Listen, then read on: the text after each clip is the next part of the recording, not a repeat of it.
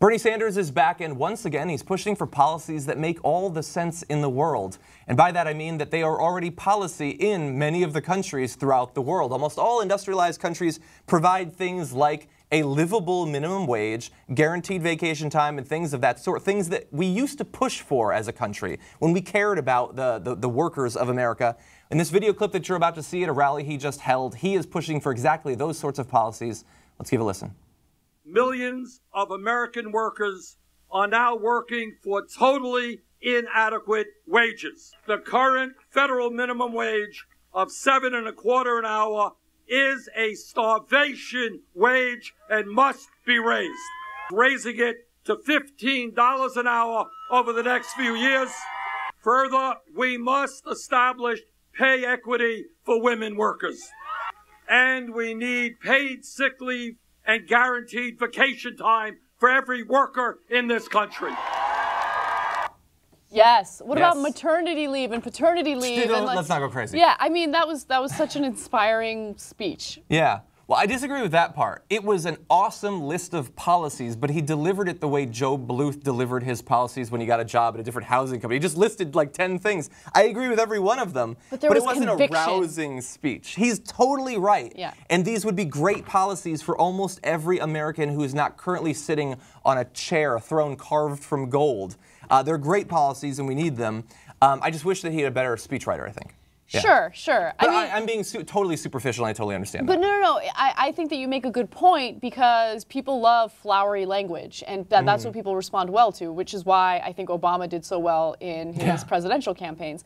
But nonetheless, what he's saying does make a lot of sense. And when you really compare our country to other industrialized modern countries, you realize that we're very unique in the way that we don't offer guaranteed sick leave or guaranteed vacation time or guaranteed maternity or paternity leave.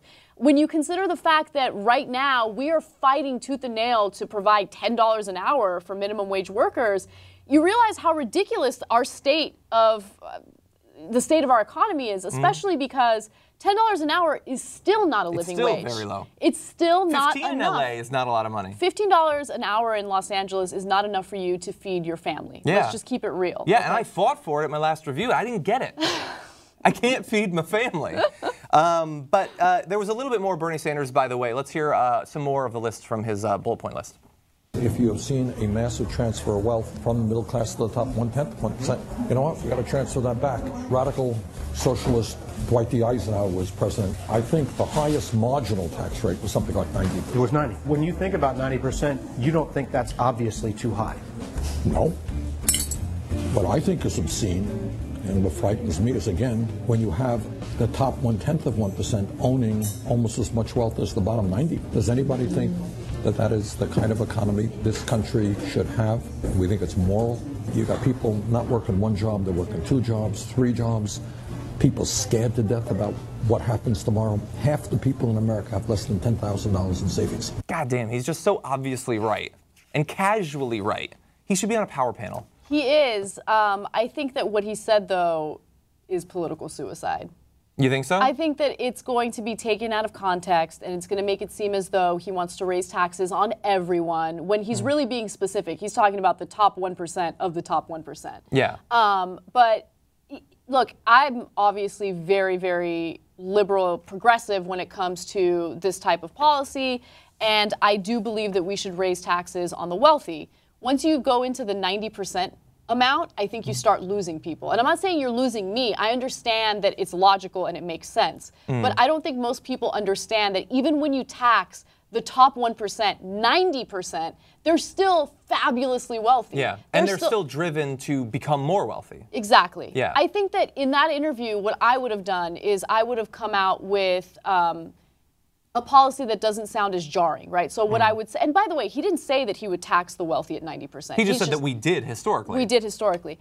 I mean, we could very easily solve our economic issues if we, A, stopped invading countries that we shouldn't be invading, and B, just got rid of things like corporate tax loopholes, increase the amount of taxes people have to pay on capital gains, the things like that. I mean, when you consider the fact that we're supposed to have the highest corporate tax rate of any developed country, but we actually effectively have the lowest corporate tax rate because of these loopholes, well, right then and there, you have a problem.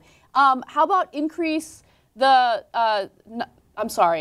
increase the amount of money that someone has to make before they have to stop paying the Social Security tax, right? Right now, I think it's capped at $110,000. That's ridiculous. Yeah. I mean, there are all these like little fixes that you can do, and you don't have to go to an extreme of tax people at 90%. Yeah. I don't know. For a long time, I've proposed a 10-cent hashtag tax. I think 10 cents for every hashtag you use. I think we can close the budget deficit, possibly pay off the national debt as well. Damn, that's just true. on Instagram alone.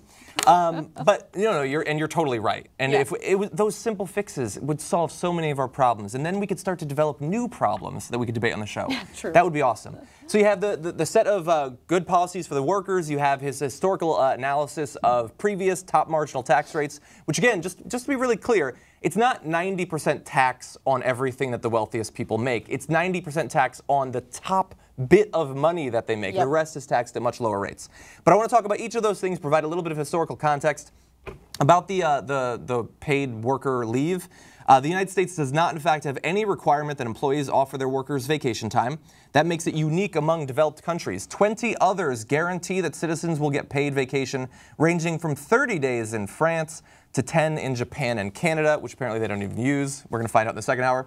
5 even go as far as to make sure workers get a bit of extra pay to cover vacation expenses. That's unbelievable. Like you take a holiday. Oh my and it's been paid God. for in advance. I mean, CYT is supposed to be a progressive organization. Even though we don't have any federal laws mandating that they give us vacation expenses, I think they should. I think we should work on it. I'll take a trip to Mar Vista. That'll be fun.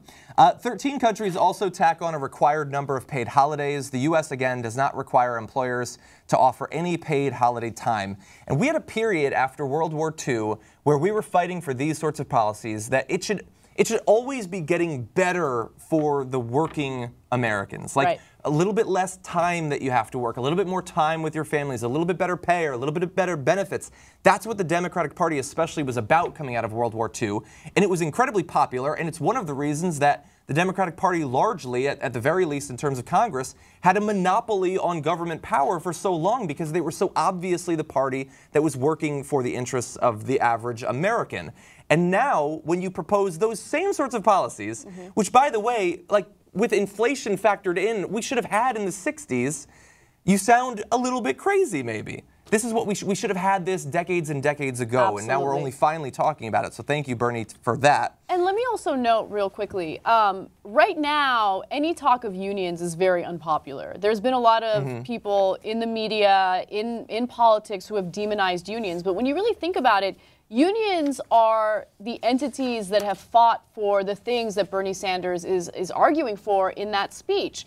They're the ones who fought for safe working conditions, for fair wages, things like that. And now that we've been destroying unions, I mean, who's fighting for us? I mean, are we going to rely on politicians who are getting paid by corporations to not fight for us? Yeah. I mean, that's a pretty shitty way to rely on your well-being. Yeah. So I like that he's speaking out about all of this. I don't know if it's going to be effective in any way, shape, or form, but it shows you that there are politicians out there that happen to be on our side.